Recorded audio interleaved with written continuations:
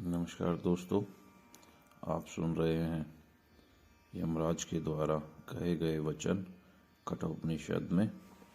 अगर अभी तक बहुत सी ऑडियो सुनी है जिसमें समझ नहीं आया कि भगवत प्राप्ति के बारे में पढ़ा सुना तो बहुत, लेकिन उसके साधन के बारे में या क्या करना चाहिए, किस तरीके से करना चाहिए और लाइन से क्रमवश किस प्रकार हमें विषयों के बारे में सोचना चाहिए या नहीं सोचना चाहिए, क्या तरीका है उसका, उस बारे में समझाते हैं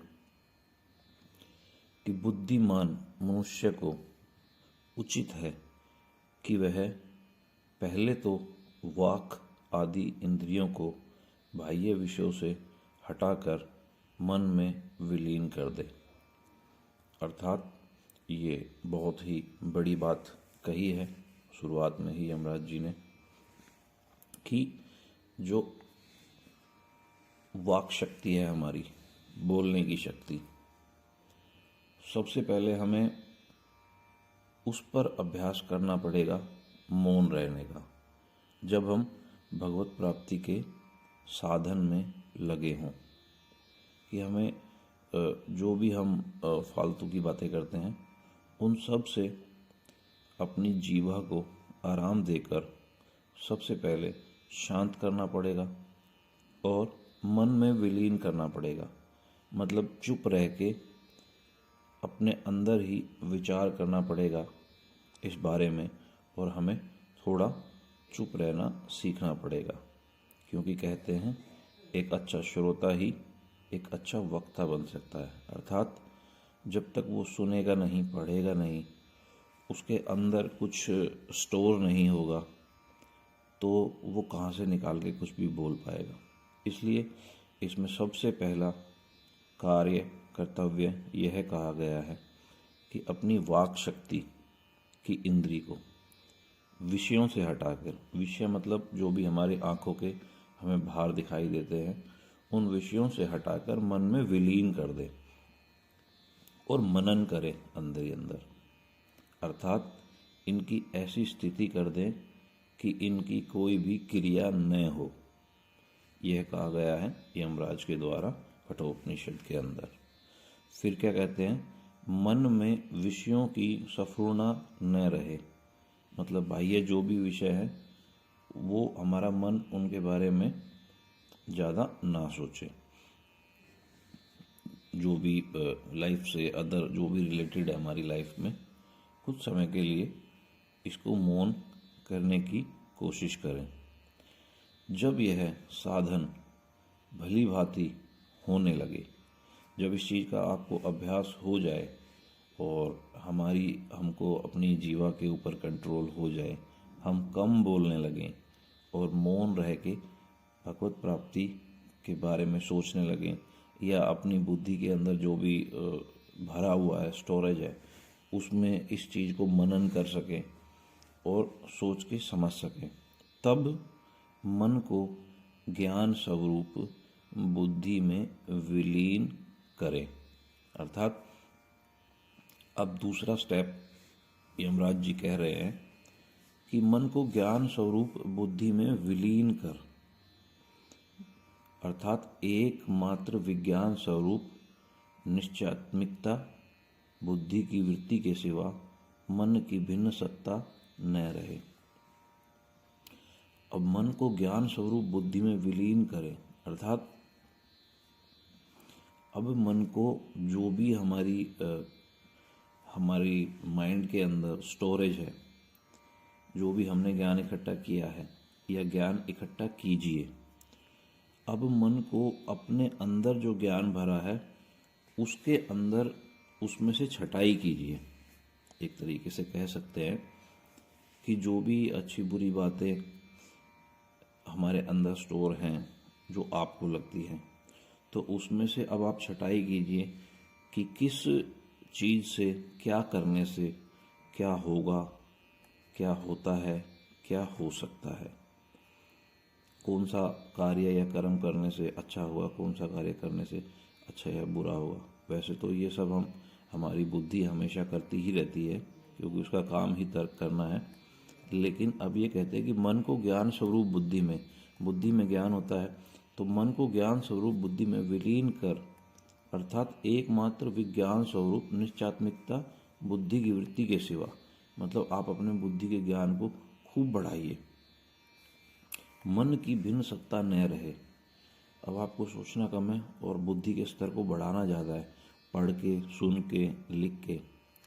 किसी प्रकार का अन्य कोई भी चिंतन न करें, अर्थात जब आप भगवान के बारे में चिंतन कर रहे हैं, बुद्धि का मनन कर रहे हैं, या उस रास्ते पे चलने के लिए पढ़ रहे हैं, लिख रहे हैं, तो उस समय अगर कोई विचार आए भी तो कोशिश करें कि उसको हटा के अपना ध्यान फिर से उसी चिंतन पे लगाएं। जब यहाँ तक दृढ़ अभ्यास हो जाए, दोस्तों वीडियो में तो हम छोटा ही बता सकते हैं और ये बोलने में बड़ा आसान है, लेकिन इसके ऊपर आपको काफ़ी मेहनत करनी पड़ेगी। अब ये यहाँ पे कहते हैं यमराज जी कि जब यहाँ तक दृढ़ अभ्यास हो जाए, मतलब वाक शक्ति, हमें चुप रहना आ जाए, फिर हम अपने जीवा को अपने मन में ही सुदृढ़ कर दें, अंदर ही अंदर बात करें, और फिर उस मन को बुद्धि में विलीन कर दें। जब यहाँ तक दृढ़ अभ्यास हो जाए, तदंतर उस ज्ञान स्वरूपा बुद्धि को भी, अब इम्पोर्टेंट चीज़ आई है, जो क्योंकि आत्मा परमात्मा का वहीं वास होता है एक जगह, तो इसमें बोल रहे हैं तदंतर उस ज्ञान स्वरूपा बुद्धि को भी जीवात्मा के शुद्ध स्वरूप में विलीन कर दें। अब दोस्तों ये सुनने बोलने में तो सिर्फ 4-5 लाइन का ही पहरा है, लेकिन इसमें कार्य करने में बहुत समय लग सकता है। बहुत समय मतलब मेन चीज़ तो ये है कि आपको प्रभु को जानने की इच्छा कितनी है।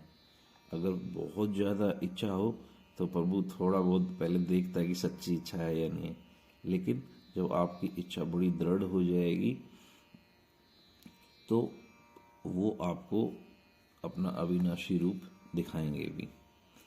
और इसमें बोला गया तदंतर उस ज्ञान स्वरूपा बुद्धि को भी जीवात्मा के शुद्ध स्वरूप में विलीन कर दें, अर्थात ऐसी स्थिति में स्थित हो जाएं जहाँ एकमात्र आत्म तत्व के सिवा अपने से भिन्न किसी भी वस्तु की सत्ता या स्मृति नहीं रह जाती। मतलब हम जो हम हैं वो हमारी मैं है, चाहे वो हमारा नाम हो या उस नाम से जुड़ा कुछ भी हो जीवन के अंदर। जैसे कंप्यूटर में एक फोल्डर बना दिया जाता है, उसका नाम रख दिया जाता है, उसमें अनेक जानकारियां भर दी जाती है। इसी प्रकार जो हमारी मैं है वो एक फोल्डर है, उसके अंदर अनेक जानकारियां हैं जो मैं से रिलेटेड है। हम सोचते हैं यही हम हैं, लेकिन नहीं, इसके अंदर यही कहा गया है कि ऐसी स्थिति में स्थित हो जाए बुद्धि आत्म तत्व के अंदर जाके, जहाँ एकमात्र आत्म तत्व के सिवा अपने से भिन्न किसी भी वस्तु की सत्ता या स्मृति नहीं रह जाती। इसके पश्चात अपने आप को भी पूर्व निश्चय के अनुसार शांत आत्मरूप पर ब्रह्मा पुरुषोत्तम में विलीन कर दें। ये वीडियो का पहरा तो पूरा समाप्त हो गया है और इसमें बड़ा ही छोटे शब्दों में बहुत जल्दी सब कुछ बता दिया है, लेकिन इसमें बड़ा ही अभ्यास करने वाली बात है। तो आशा करते हैं आप पहुँचे होंगे। लेकिन लास्ट में जो इन्होंने बोला है कि आत्म तत्व में विलीन कर दें, और लास्ट में जो बोला है कि शांत आत्मा रूप पर ब्रह्म पुरुषोत्तम में विलीन कर दे, जहाँ पे जाके सब कुछ मौन हो जाता है। आत्म तत्व परमात्म तत्व में जाके सब कुछ मौन हो जाता है ऑटोमेटिकली, क्योंकि वो साइलेंस है बिल्कुल।